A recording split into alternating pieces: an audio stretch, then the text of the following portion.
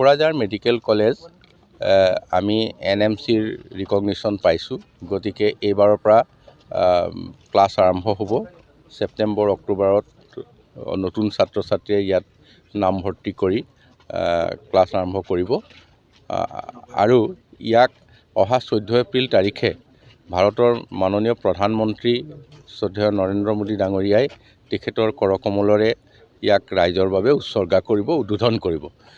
গতিকে সেই বিষয়ৰ প্ৰস্তুতিৰ কাৰণে আমি বিটিআৰ প্ৰধানকে ধৰি সকলোৱে আমি একেলগে চালোঁ আৰু তাৰ প্ৰস্তুতিৰ বিষয়ে আমি আলোচনা কৰিলোঁ। আৰু লগতে আমি এতিয়া য'ত থিয় হৈ আছোঁ এইখন এখন নাৰ্ছিং কলেজৰ কাৰণে আমি চাইছোঁ। এই নাৰ্ছিং কলেজৰ এই বিল্ডিং বনাইছিল বিটিআৰৰ পৰা, এতিয়া সেইখিনি ৰাজ্য চৰকাৰক দিছে। আমি ইয়াত অতি শীঘ্ৰে এখন নাৰ্ছিং কলেজো আৰম্ভ কৰিম। আমাৰ কোকৰাঝাৰ মেডিকেল কলেজত ছেপ্টেম্বৰ মাহৰ পৰা মানে এডমিশ্যন আৰু একাডেমিক ছেশ্যনটো ষ্টাৰ্ট কৰাৰ কাৰণে এটা প্ৰস্তুতি চলাই আছে। অলৰেডি NMC আমাক NOC দিছে, ৰিকগনিশ্যন দিছে।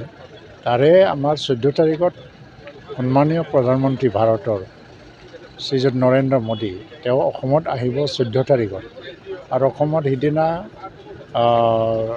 11,000 বিহু নাচনী তেওঁলোকে নাচি পেলাই গিনিজ ৱৰ্ল্ড বুক মানে যিটো ৰেকৰ্ড কৰিব বিচাৰিছে। লগতে সেইদিনা all India institute of medical science এইমছৰ সাংসাৰিক যিটো হৈ আছে সেইটো উদ্বোধন কৰিব। লগতে তেওঁ সিদ্ধান্ত লৈছে অসমত 4খন মেডিকেল কলেজ উদ্বোধন কৰিব, এইটো কোকৰাঝাৰতো কৰিব। সেইকাৰণে আমি সিদিনা প্ৰায় মানে 4-5 হাজাৰমান মানুহ ইয়াত গোট খুৱাই আমি এই মেডিকেল কলেজটো উদ্বোধনৰ যিটো এটা কাৰ্যসূচী ইয়াত অংশীদাৰ হ'ব খুজিছোঁ। কলেজত বহুতখিনি সমস্যা আছে এতিয়াও, এইবিলাক সমস্যা এতিয়া দূৰ হ'বলৈ গৈ আছে। আটাইতকৈ ডাঙৰ সমস্যাটো হৈছে কি, আমাৰ পেচেণ্টবিলাক এতিয়ালৈকে মেডিকেল কলেজক মানে ভালকৈ নাজানে আৰু হয়তোবা আজি OPD পেচেণ্ট অহাটো আজিও মানে খুব মানে কম আহি আছে। তো এতিয়া আমি এইটো পপুলাৰাইজ কৰিব লাগে জনগণৰ ৰাইজৰ মাজত যে ইয়াত আহিব লাগে, ভাল চিকিৎসা এইটো লাহে লাহে হৈ আছে। এইকাৰণে আজি এইটো নাৰ্ছিং কলেজৰ যিটো ইনফ্ৰাষ্ট্ৰাকচাৰ এইটো চব আহিছে আহি গৈছে, ইমিডিয়েটলি এইটো ৰিন'ভেশ্যন হ'ব, আকৌ ষ্টাৰ্ট কৰা হ'ব। এই গোটেই বস্তুটো আলোচনা কৰিছোঁ আমি। তো কোকৰাঝাৰ মেডিকেল কলেজৰ কাৰণে 14 তাৰিখত কোকৰাঝাৰবাসী ৰাইজৰ কাৰণেও এটা স্মৰণীয় দিন হৈ থাকিব। এইটো দৃষ্টিভংগী এইটো ইমান ডাঙৰ ইছ্যু হ'ব নালাগে, কিন্তু যিসকলে কৰিছে এইটো কৰিব নালাগিছিল। কৰাৰ আগতে অলপ চিন্তা কৰিলে ভাল আছিল যে ফিউজনটো সদায় মানে ভাল নহয়, মানুহৰ আৱেগৰ লগত জড়িত আছে। সেইটো বুলি এইটো লৈ পেলাই ডাঙৰ এটা বিতৰ্ক আৰম্ভ হওক বা সূত্ৰপাত হওক সেইটো মই নিবিচাৰোঁ।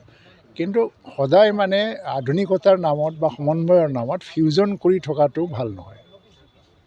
এইটো গামোচা দুটা গামোচা জৰা লগাই পেলাই যদি গামোচা এটাৰ শ্বেপ এটা কি দিয়া হয়, এটা নতুন এটা শ্বেপ দিয়া হয়, তেতিয়া এইটো কি গামোচা বুলি ক'ব? সেইটো এটা নিজৰ সুকীয়া এটা পৰিচয় আছে। আৰণাই আৰু কোনোবা মানে মণিপুৰী গামোচা বা কোনোবা হাৰিয়ানাৰ গামোচাৰ লগত লগাই যদি এইটো ফিউজন কৰা হয়, সেইটো হয়তো বা হাৰিয়ানাৰ মানুহো ভাল নাপাব আৰু বড়োসকলেও ভাল নাপাব। তো fusion concept is always not good. মানে কেতিয়াবা ভাল হয় ফিউজনটো, কিন্তু এইটো ট্ৰেডিশ্যনেল আৰু এটা আৱেগৰ লগত জড়িত থকা কিছুমান বস্ত্ৰ আছে, এইবিলাকৰ কাৰণে ফিউজন কৰি থকাটো ইমান ঠিক নহয় মানে।